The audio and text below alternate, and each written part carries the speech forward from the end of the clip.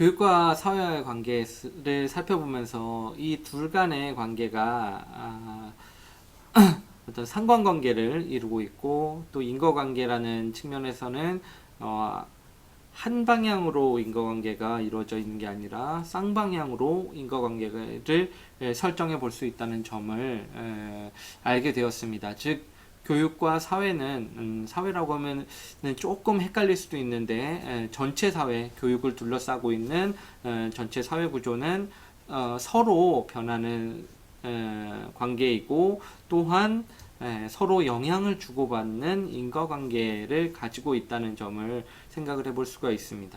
그렇다면 교육의 결과, 우리는 사회 구성원으로서의 우리는 어떤 결과를 받아들이게 될까요?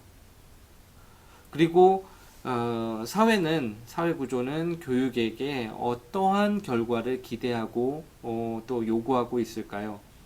이러한 의문을 해소하기 위해서는 다음 얘기할 계층이라는 용어를 우리가 생각을 해볼 필요가 있습니다.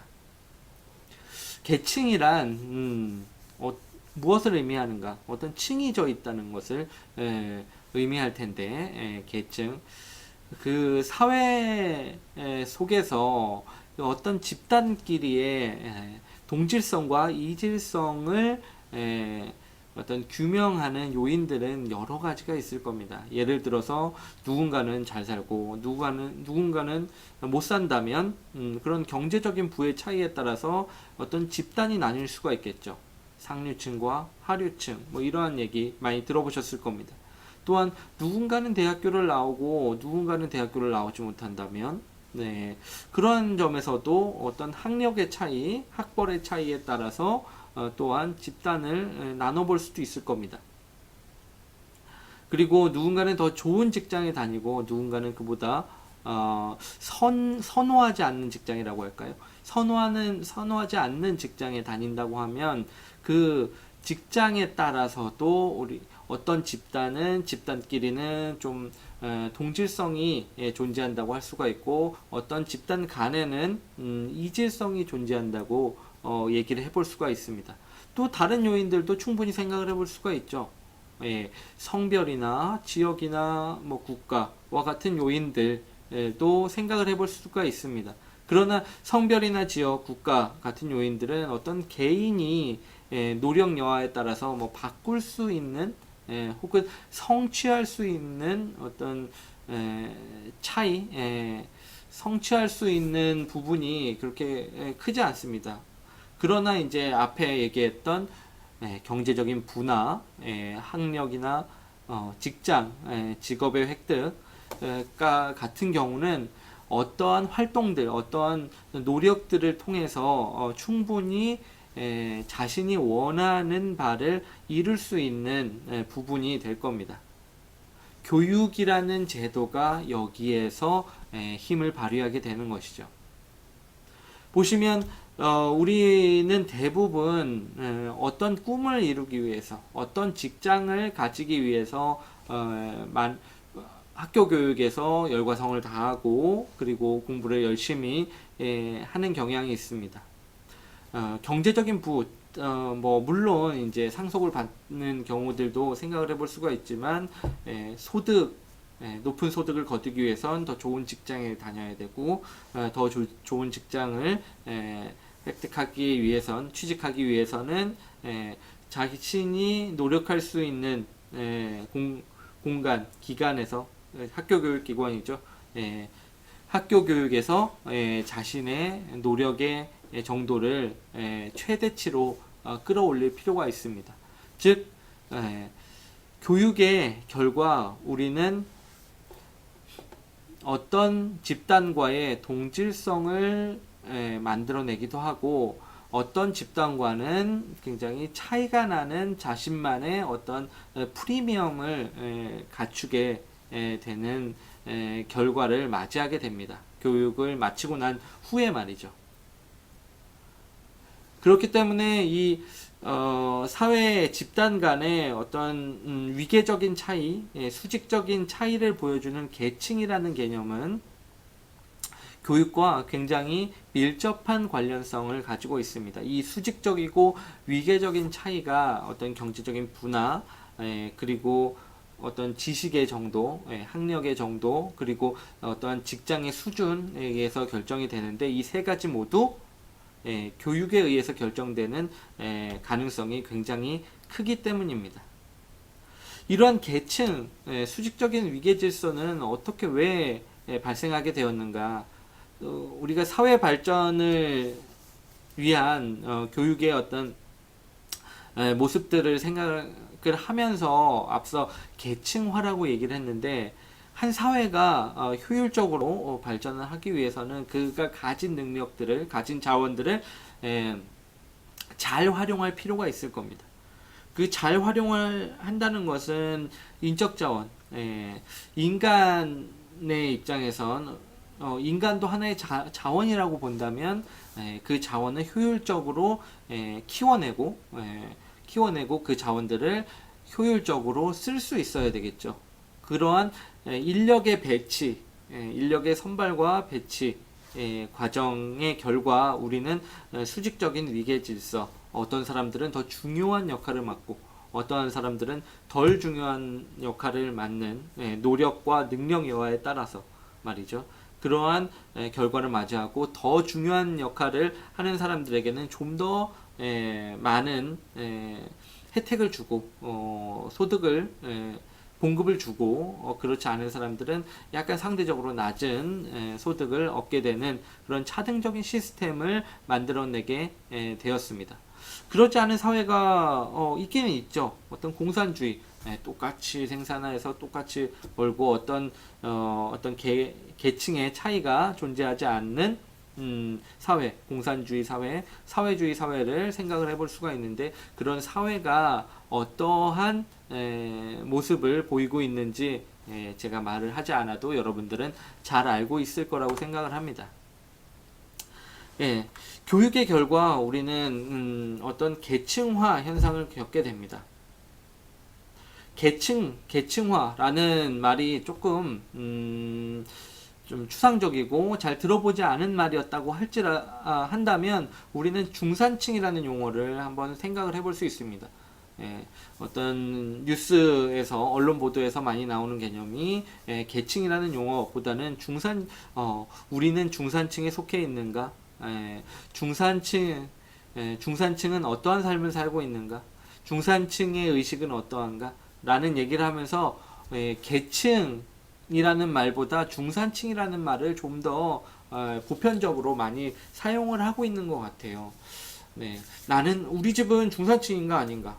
중산층이라는 것은 계층이 막 상위 계층에서 하위 계층이 존재한다면 그 중에 한 중간쯤에 위치하는 집단을 중산층이라고 얘기를 할 수가 있겠죠.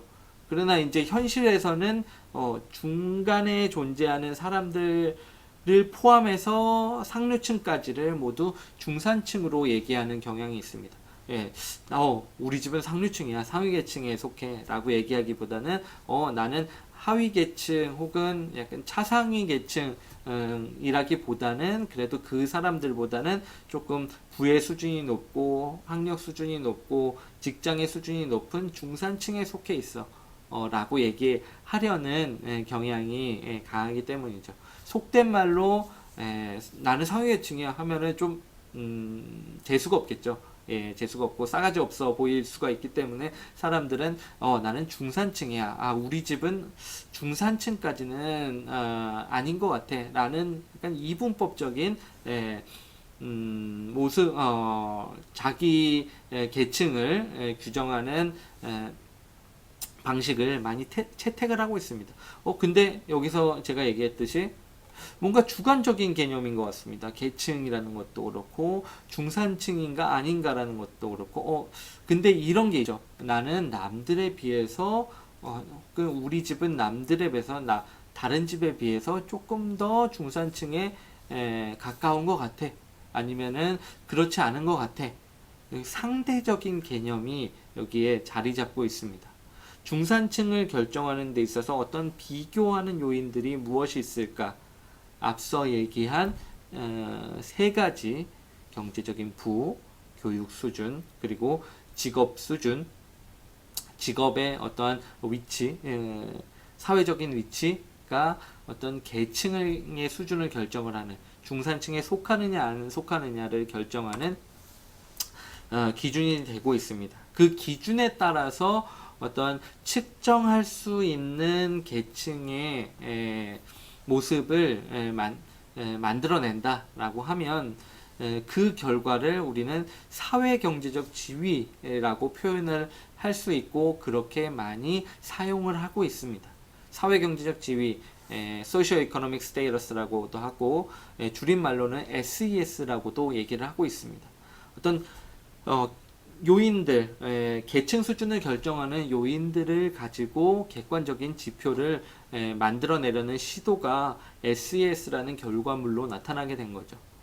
이 SES, 사회경제적 지위라는 용어는 이제 앞으로 굉장히 많이 쓰이게 될 텐데, 이 개념은 여기서 볼 수 있듯이 학력과 소득과 직업의 어떤 상대적인 위치를 가지고 이 사람이 한 1등, 한 사회에 한 100명의 사람들이 살고 있으면 한 50등에 속하는지 한 30등에 속하는지를 알려줄 수 있는, 상대적인 위치를 알려줄 수 있는 어떠한 지표로서 사회경제적 지위가 사용이 되고 있습니다.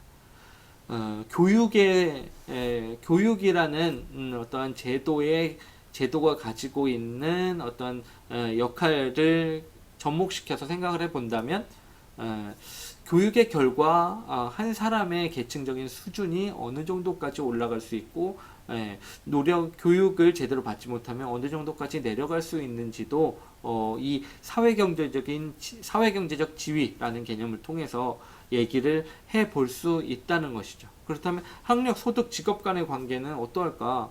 좀 서로 연관되어 있다는 생각을 좀 가질 수가 있겠죠.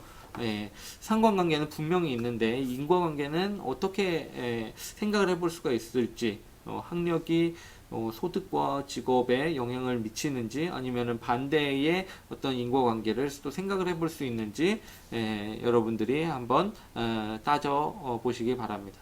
분명히 상관관계는 있는 것 같습니다. 그렇다면 사회경제적 지위가 실제로 어떤 식으로 측정을 할 수가 있는가? 한국의 사례를 좀 가져왔으면 좋았을 텐데, 미국에서 이러한 자신의 계층 수준을 측정할 수 있는 그러한 사이트를 제가 찾아서 한번 가지고 와 봤습니다. 뉴욕타임스에 올라와 있는 한 자료인데요. 자신의 어떤 계층 수준, 클래스가 어느 정도가 되는지 좀 간단하게 살펴볼 수 있는 사이트입니다. 예를 들어서 미국에 산다고 가정을 하는 거죠. 내가 중학교 선생님이고 세컨더리 스쿨 티처고 대학교를 졸업했고 배첼러스 디그리가 있고 한 1달러를 1,000원으로 칩시다. 그러면은 한 5만 불이면 5천만 원이니까 5천만 원의 소득을 번다면, 그리고 또 여기서는 wealth, 자산을 또 하나의 지표로 두고 있는데, 자산을 한 3천만 원 가지고 있다고 한다면 내 수준이 어느 정도지? 라는 것을 이렇게 알 수가 있다는 것이죠. 숫자로는 여기서 보시면 한 100명 중에 100%를 이제 최고 수치라고 한다면 나는 한 71점, 100점을 만점으로 한다면 난 직장에서는 한 71점, 직업 지위는 한 71점 정도 되고, 교육은 한 91점 정도 되고, 91점 정도 된다는 것은 자기보다 낮은 어떤 학력을 가지고 있는 사람들이 한 100명이면 한 90명 정도 된다고 생각을 해볼 수가 있는 것이죠. 그리고 소득 같은 경우는 한 69점, 그리고 웰스 같은 경우는 한 37점, 많이 났네요. 3천만 원 정도의 자산을 가지고 있으면 저는 굉장히 많다고 생각을 했는데, 한 37점밖에 얻지를 못했습니다. 근데 에버리지로 환산을 해봤더니 내가 100점 만점에 한 67점 정도, 그리고 1등부터 100등까지를 치면 한 33등 정도 될까요? 네, 내가 우리 사회에 100명의 사람들이 존재한다고 치면 나는 내 계층 수준은 한 33등 정도 되겠구나 라고 생각을 해볼 수 있다는 것이죠. 이 인터넷 익스플로러로 들어가 보시면 이렇게 따져볼 수가 있습니다. 네, 다양한 직업군들이 나와 있고요. 네, 교육 수준, 인컴, 그리고 웰스, 자산까지 한번 여러분들의 가정이나 여러분 자신의 미래의 자신의 계층 수준을 한번 체크해 볼 수도 있을 겁니다. 교육은 이러한 계층 수준을 결정하는 데 있어서 굉장히 중요한 역할을 하고 있습니다. 효율적인 인력 배치라는 사회 요구를 단순히 이렇게 충족시켜 준다고 생각을 할 수 있지만, 개인의 입장에서 우리 한 사람 한 사람 입장에서 교육의 결과가 계층으로 이어진다는 것은 굉장히 중요한 사실입니다. 교육의 결과를 통해서 내 인생의 어떤 성공적이라고도 불릴 수도 있고, 아니면 다른 사람의 보다는 덜 성공적이다라고도 어떻게 생각이 되어질 수 있기 때문입니다. 교육을 통한 사회경제적 지위의 획득 가능성이 달라지게 된다는 것이죠. 만약에 내가 우리 집이라고 할까요? 근데 우리 집의 어떤 수준이 하여튼 중산층이라기보다는 그 하위 계층이나 아니면 차상위 계층이었다고 할지라도, 내가 열심히 공부를 해서 교육을 통해서 내 어떤 직업 지위를 높이고, 직업의 위세를 높이고, 그리고 학력을 높이고, 뭐 대학원 이상까지 학력을 높이고, 그리고 소득 수준도 그에 따라서 높아진다면 얼마든지 내 계층 수준이 우리 부모님보다는 훨씬 올라갔다고 볼 수가 있습니다. 이런 부모의 계층 수준보다 자신의 계층 수준이 높아지거나 낮아지는 상황이 발생했을 때 우리는 이것을 사회 이동이라고 표현을 하고 있습니다.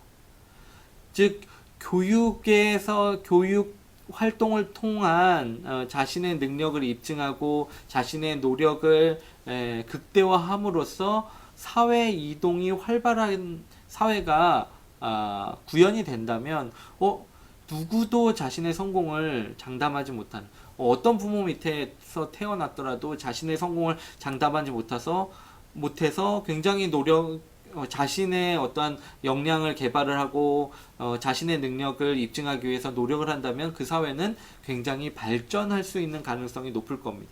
굉장히 건강한 사회가 될 가능성이 높죠. 그래서 사회가 건강하다고 얘기를 했을 때 계층이라는 용어를 통해서 생각을 해본다면, 사회 이동이 굉장히 활발한 사회를 우리는 건강한 사회라고 부를 수 있고, 그리고 그 사회 이동이 활발하려면 교육이 부모의 SES, 부모의 사회경제적 지위와는 관계없이 교육의 결과가 온전히 한 개인의 노력과 능력 여하에 따라서 좌우됐을 때 우리는 교육을 통한 사회 이동이 활발한 건강한 사회에 살고 있다라고 얘기를 할 수가 있을 겁니다. 반면에 아무리 노력해도 어떤 사람들은 성공을 못하는 반면에, 어떤 사람들은 조금만 노력을 해도 조금만 열심히 공부를 하고 자기가 엄마 아빠가 보내주는 학원을 그냥 조금 다녔을 뿐인데 어떤 학업 성취도도 굉장히 많이 올라가고 좋은 대학교 가고, 그러한 결과를 우리가 맞이할 수도 있습니다. 그럴 경우 부모의 사회경제적 지위에 따라서 자녀의 사회적 지위도 거의 일정하게 같아지는 그런 상황도 생각을 해볼 수가 있습니다. 사회 이동이 거의 일어나지 않는 상태를 우리는 사회 재생산이 나타나는 사회라고 표현을 할 수가 있습니다.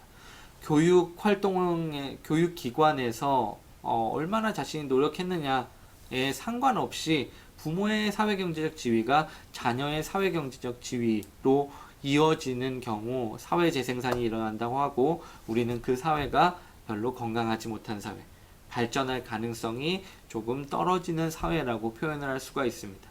어떤 사회가 더 이상적인 사회인지, 그리고 그 이상적인 사회를 만들기 위해서 교육은 어떠한 기능을 담당을 해야 되는지 우리는 생각을 해볼 수가 있을 겁니다.